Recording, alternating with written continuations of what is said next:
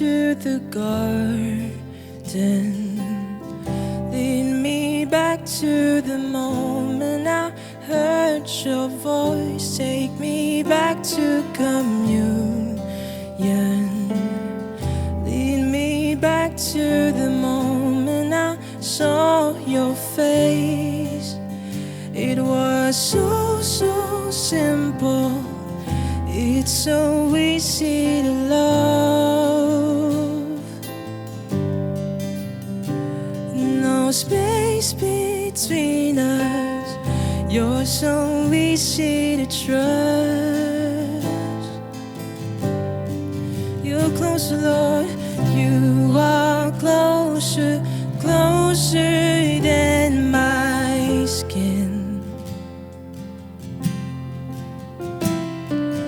You are in the air I'm breathing in. Here's where the dead things come back to living. I feel my heart beating again. It feels so good to know you are my friend. This is the garden. Here is the place I'll find you close. This is communion. Here is the place that I've known. It was so simple. You're so easy to love. You're so easy to love, Lord. There's no space between us. You're so easy to trust. 'Cause you are closer, closer than my skin. You're closer, Lord. You're closer, Lord. And you are in the air I'm breathing in. Here's where the dead things, here's where the dead things come back to living. I feel my heart beating again. It feels so good to know you are my friend. Feels so good, feels so good. Feels so good to know you are my friend.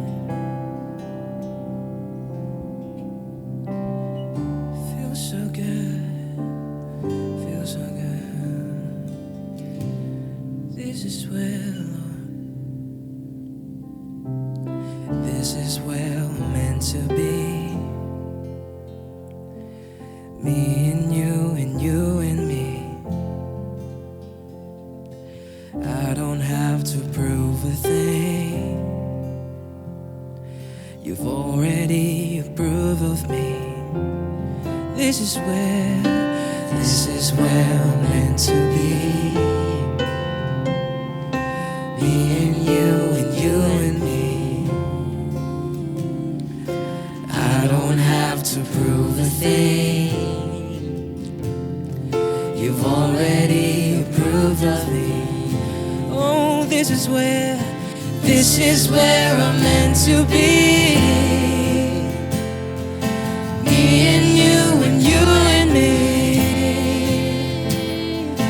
I don't have to prove a thing. You've already approved of me. This is where I'm meant to be. Me and you and me. I don't have to prove a thing. You've already approved of me. 'Cause you are closer. 'Cause you are closer, closer than my skin. And you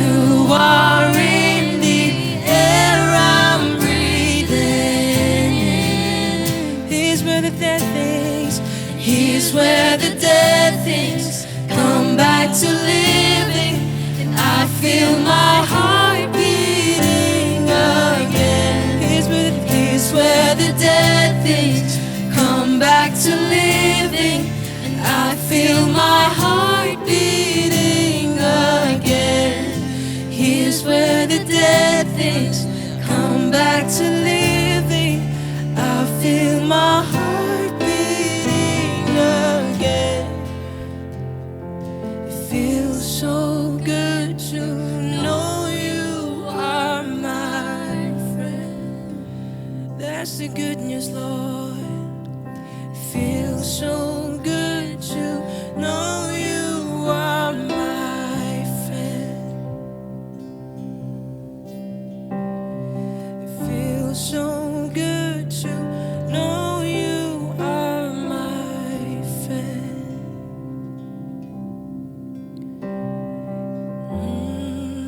It feels so good.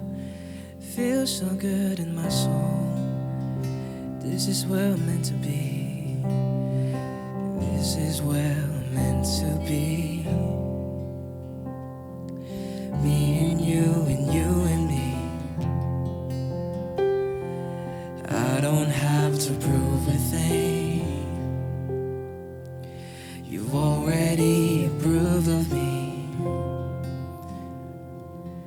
This is where I'm meant to be. Me and you and me. I don't have to prove a thing. You've already proved of me. This is where I'm meant to be. Me and you and me. I don't have to prove a thing. You've already approved of me. Make it a declaration. This is where I'm meant to be. Me and you and me. I don't have to prove a thing. You've already approved of me. Oh, this is where I'm meant to be.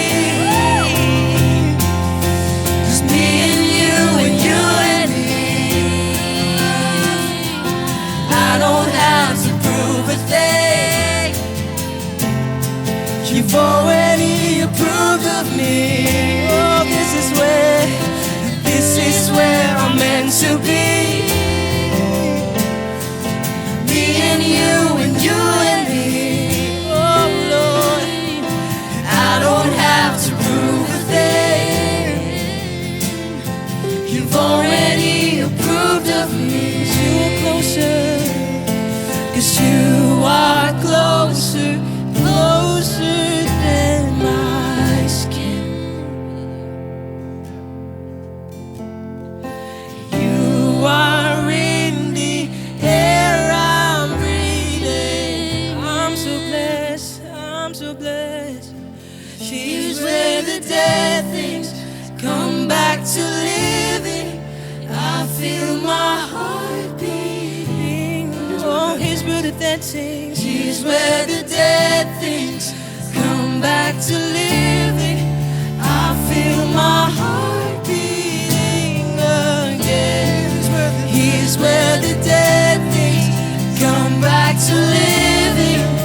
I feel my heart beating again. This is where the dead things come back to living. I feel my heart beating again. Oh, is where the dead things come back to living. I feel my heart. Oh, you're looking, Lord. It feels so good to know you are my friend. It feels so good to know you are my friend. You're more than just a friend. You are my Father. You are my Father, Lord.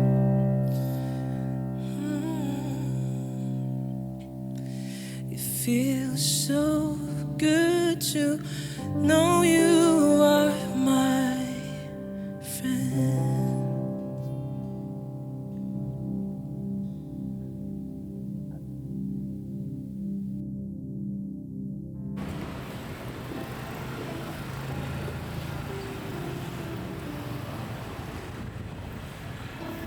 Today I am with Evan Loresca.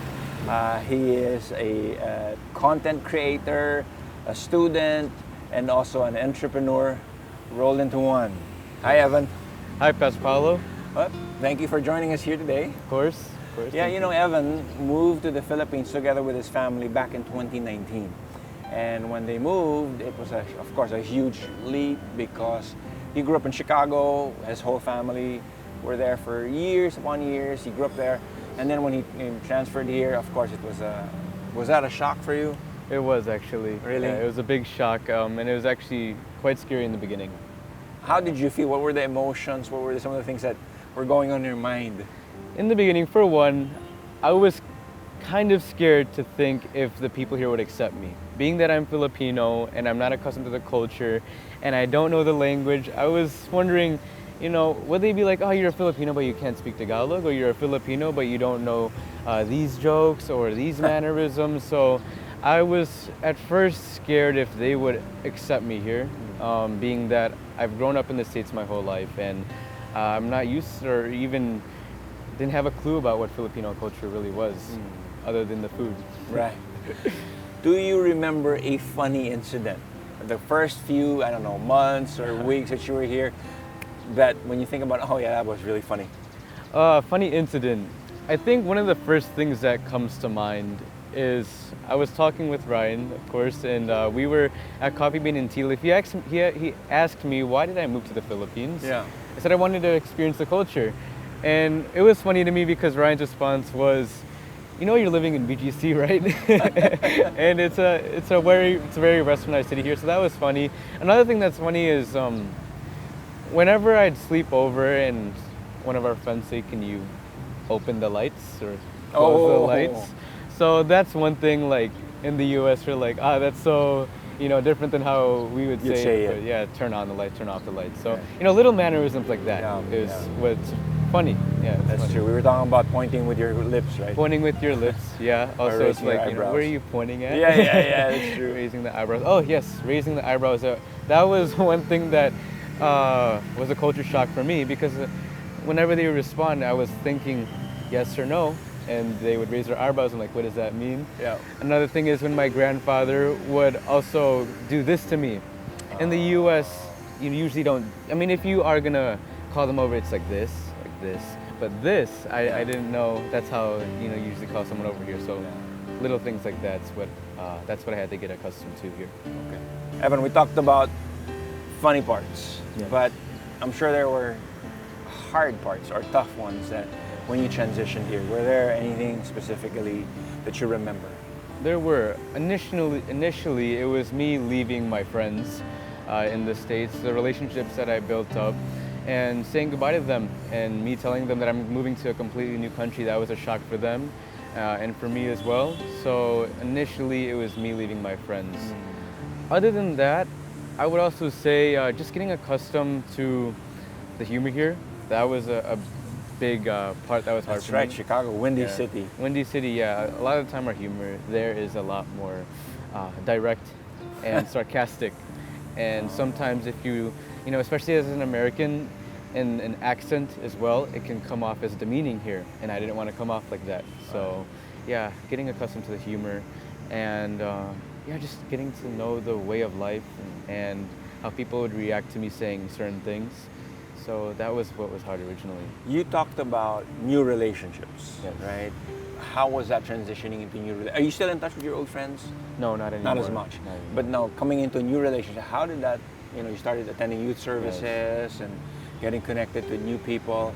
Was that hard? Was that easy? Was that quick? Was that a while? I gotta say, that was one of the hardest and slowest parts about moving here to the Philippines. Surprisingly. Really? Yeah, surprisingly, because, you know, everybody in youth service are my age, and I thought it would be easy to connect at first. But it was hard because not only was I getting used to the culture here and, like I said, the humor, but also just getting to know everybody. It was hard originally, because for me personally, I had to get out of my bubble, I had to get out of my shell, constantly having to worry about if a certain joke would come off the wrong way, or if my humor could relate. That was what was hard to relate. And also the references that we have. In the US, the references of jokes that we make are different, and that's how I usually connect with my friends. So it was harder at first. Yeah. Have you learned to ride with some of the jokes? Filipino Of humor? course, of You course. have? Yeah, Okay. of course. So you yeah. laugh at them now already? I laugh at them. Actually, the majority of the jokes that I make with my best friends now, we say it in Tagalog. We say it in Tagalog. So, yeah. Yeah, because you've been here, what, how many? 4 years? Around 4 years 4 now. years now. Yeah. Evan, you have a YouTube channel. You started one. When did you start that? About a year or two ago. Okay, it's Around that called The Savvy Expat. That's all right. How did you get into it? Why did you start it? So originally I started as a vlog channel, just documenting my experiences in life here in the Philippines. Yeah. I wanted to start it because I wanted to create a new stream of income. And that's how it started, but what I was seeing with my vlog channel is it wasn't getting a lot of views. And then I posted a specific video on top 3 places to retire in the Philippines. And once I saw that click, and it wasn't the videos I was documenting about my own life, Yeah. it was more so about how retirees can move here. And that's when I'm like, all right, well, I see a big market of people that want to move to the Philippines, foreigners particularly. And I can relate to Americans, I'm American myself, but I can also relate to Filipinos. So I want to bridge the gap between those two. And then that's how the Savvy Expat came about. Oh, wow. That was something new in the middle of bad news Yes. called COVID at that time, Yes, right? yes. How was that transition? What was the new thing that God was trying to do in your heart? I think in my life, what God revealed to me there is that He can work in any circumstance. Any circumstance that I was in, He was there with me. For me, it was I wanted to sustain myself financially, and He provided that way. And I didn't even have to leave my room to do that That's true. at the time. And I was seeing, obviously it was a difficult time and a lot of people were struggling and losing their jobs. And for me to see God open up an opportunity for myself, I was really astounded by His grace there in my life. So You have spoken with a lot of, I've seen some pictures of you talking to people who visit the Philippines, and that's opened up a lot of doors for you too, right? it has, yeah, a lot of new connections. And Yeah. what's beautiful about it is I was able to, even in the slightest ways, just talk about my relationship with God. That's nice. I wasn't necessarily preaching the gospel, but just talking about how, I attend Victory, and I have a relationship with Jesus. Those were ways that I was able to share the gospel in subtleties. Yeah. Wow, with other that's people. great. So a lot of opportunities came out of that, Nice. and a lot of relationships. Wow. Yeah. Well, Evan, thanks so much for being here in this episode. We pray that the Lord will continue to bless you and open multiple doors for you. Yes. Thank you so much, Pastor Paulo. I really appreciated my conversation with Evan, and I think for all of us, we've gone through a lot of transition. Many of us have lost something, maybe even someone, because of what happened 3 years ago. And then changes are really a part of life. But I do want to encourage you with a verse from Isaiah chapter 43 verse 19, and this is the Amplified version. It says, "Listen carefully, I'm about to do a new thing.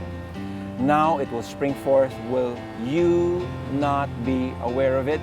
I will even put a road in the wilderness, rivers in the desert." And I want to highlight a few things there. Number one, God says, listen. Sometimes we miss a lot of what God is saying because we simply are not listening. We have our own thoughts. We try to fill in our time with different stuff, not realizing God's already communicating something to us. That's what He says, listen. And then He says, I'm doing a new thing. And God is a God of new things. God restores, and God has the ability to do a refresh. In the midst of transition or even change, God easily can bring a refresh. It's kind of like, your browser, when you click that refresh, everything becomes cleaner and faster. God has that ability. And then He says, road in the wilderness and rivers in the desert. That sounds really impossible. That sounds like, can that even happen? Some of you are in that situation today. Lord, I'm in the middle of change. I'm in the middle of a transition, or actually I'm grieving because of a loss. Can there even be rivers in the middle of a desert? Can there be a roadway in the middle of the wilderness? God says in His Word, I'm doing it. I'm doing something new. Can you not see it? Are you not aware of it? Can you not perceive it? With God, all things are possible. With man, there are things that are impossible, but with Him, all things are possible. I want to encourage you and take that home with you. God's doing a new thing in the middle of transitions or even dryness, like in the wilderness. God can do things that our minds might not be even able to comprehend. He is a God of the new. God bless you. Have a great day, everyone.